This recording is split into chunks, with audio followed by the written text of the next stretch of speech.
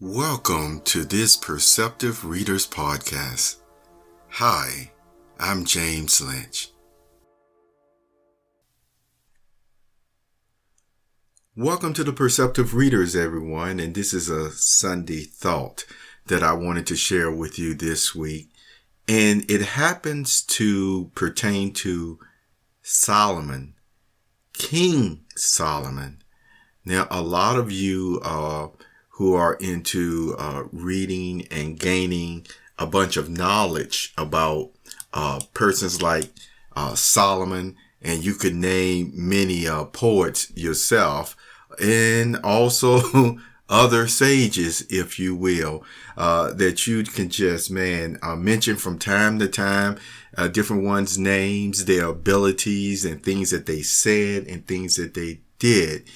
And I know Solomon, even though you may not, some of you mention him as much, I know you have some respect for the knowledge that the man had, even if there is a disagreement of exactly where that knowledge and wisdom came from. You see, the knowledge and wisdom that Solomon had, it was a gift from God. And once he poured his Holy Spirit on him in that way, of course, Solomon was able to go about life and find out a lot of things on his own. He got to experience things to the max and to the full. And, he wrote down his different sayings and wisdom in the book of Proverbs and also Ecclesiastes, you see. Some very applicable principles throughout the whole book. Those two books right there. Now, what I want to talk to you about is not focusing in on his wisdom and his smarts, but really the benefit that came from his God-given wisdom and smarts, you see. Just to give you a little bit of a background, see, who was King Solomon's father? Well, it was actually King David. And a lot of persons know about King David and respect him. And the thing about it is, though, King David had, as God said, or called him, a man who was agreeable to his heart. But guess what? King David, in order, to take, the kingdom that God had anointed him for, it was coming from, a bad king before him. And so, that bad king just wasn't going to give it up without a fight, as they said. So, as David was patiently, waiting to,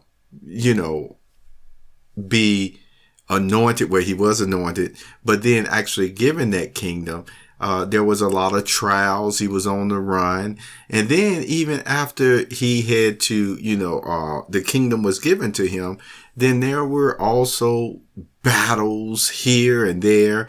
And so some would look at David as a man of war, even though the battles that he was fighting, again, some people would rightfully say, well, he was protecting God's land, his throne, you see. And so they were, holy wars, and he had God's backing at times, to defend himself in that way, and to also go on an offense when necessary.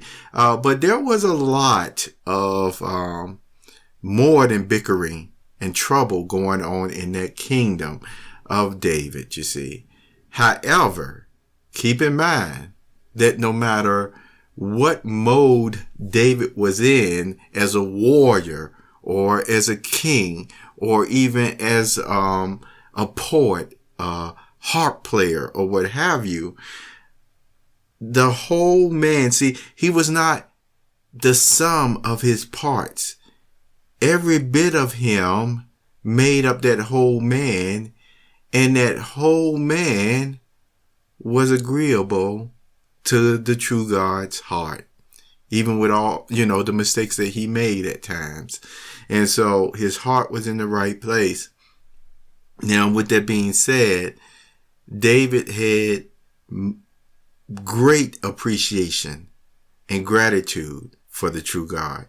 And he wanted to do wonderful things for the true God to show his appreciation for him, even to make him a house, a huge temple that would be unlike anything on the face of this earth. That's how big his heart was towards God. And guess what? He told God that's what he wanted to do. God knew he wanted to do it. But you know what God told him? And see, and this is very important. And remember, we're going to take this over to Solomon and his wisdom and everything.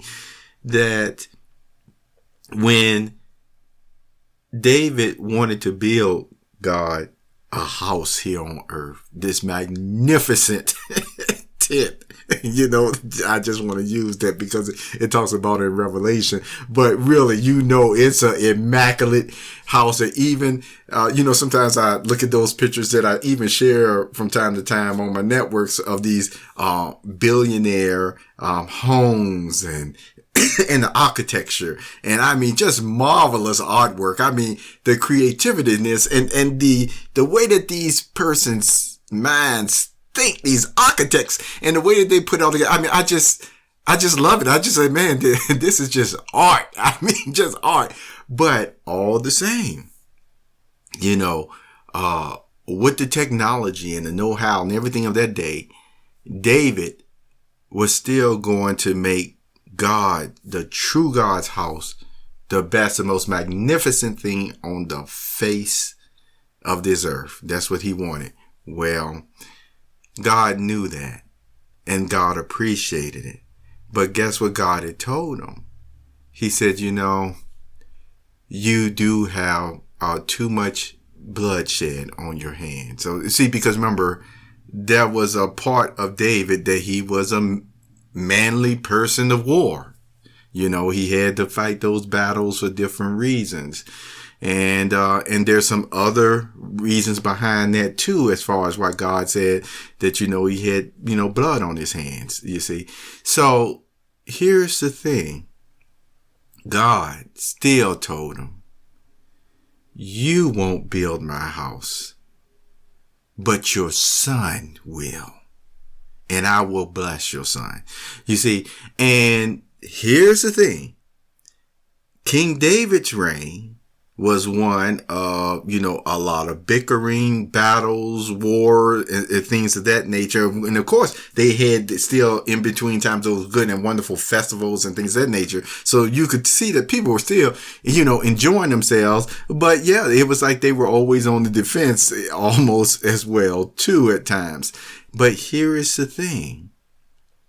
When Solomon was born, see, not only did Solomon show the right attitude as being, I'm talking about this is now, him being anointed as king and everything, to show the right attitude, but he just said, look, just give me understanding to be able to lead your people, to take care of your people. And because God had gave him the choice, he could either have riches, you see, if he wanted to, he could do anything. He could ask God for anything, but this is what he asked for. He ended up asking just for wisdom to take care of God's people. And so what ended up happening is, God gave him all of that, that and riches and more. And the thing that I want to share with you, what Solomon's reign helps show us in the Bible is what you hear me talk about so much when I say living forever. How will it be? What will the earth be like? Solomon's reign shows that people will be happy, people will be secure, people will be prosperous. Seriously. That's what that wisdom and knowledge of God does for people. And I just want to tell you, when you get a chance, read 1 Kings chapter 4, verse 20. And in verse 20, it says, Judah and Israel were many as the sand which is by the sea in multitude, eating and drinking and making merry. And then you find out in verse 21, the borders that even Solomon's kingdom had. You know, they were actually, a boundary was Egypt. Now, many of you know about Egypt.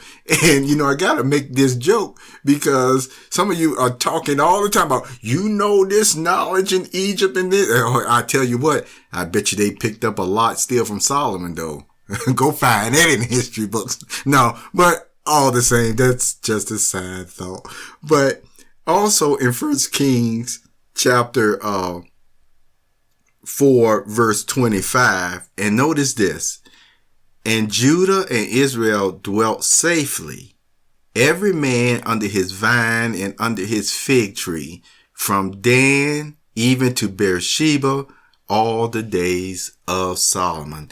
And so again, I wanted to share this with you because Solomon's reign, see, it was peace. See, David was a man of war. You see, had blood on his hands, as God said. But he wanted Solomon not to have any wars at all, because what does that tell you? He wanted everybody to see, here is a peaceful man, a peaceful king. Hasn't hurt a fly. So you will, so to use that expression there. And he also has my God-given wisdom upon him. So there will be peace. The land will be prosperous and you will be in security. See, talk about, sometimes people say, said that, it's the way, the perception and other words, to describe, does all the right parts or objects fit into what a perfect kingdom looks like, what a perfect world looks like. Well, guess what? What God did with King Solomon reign, he showed that. And see, and in the history of what's written in the good book, it says the people were happy. They were merrymaking. They were secure. They felt pretty good in their quality of life. And like many of the things that's written in the Bible, for our encouragement and hope, God is saying when he, once again, wants his, house to be built again, because he stays in heaven, but a representation or what have you, a wonderful place or whatever, the tent to be with mankind again, we know it's going to be peace, peace on the earth, peace and security with talking with one another and getting along. And on top of that, just think, all of this will last forever and ever and ever, where no one will die at all. And the ones who have died, in ignorance and, and other things that God just knows about, because remember, he's the judge, he'll be bringing many of those back to be upon this peaceful, wonderful planet of ours. So I just wanted to share that with you as a Sunday thought. And you just have a wonderful day and keep doing the best that you can. Take care.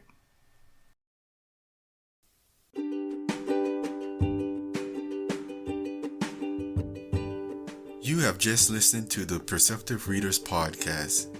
Remember, until next time, if you read something that encourages you to improve or enhance your life for the better, it becomes your reality.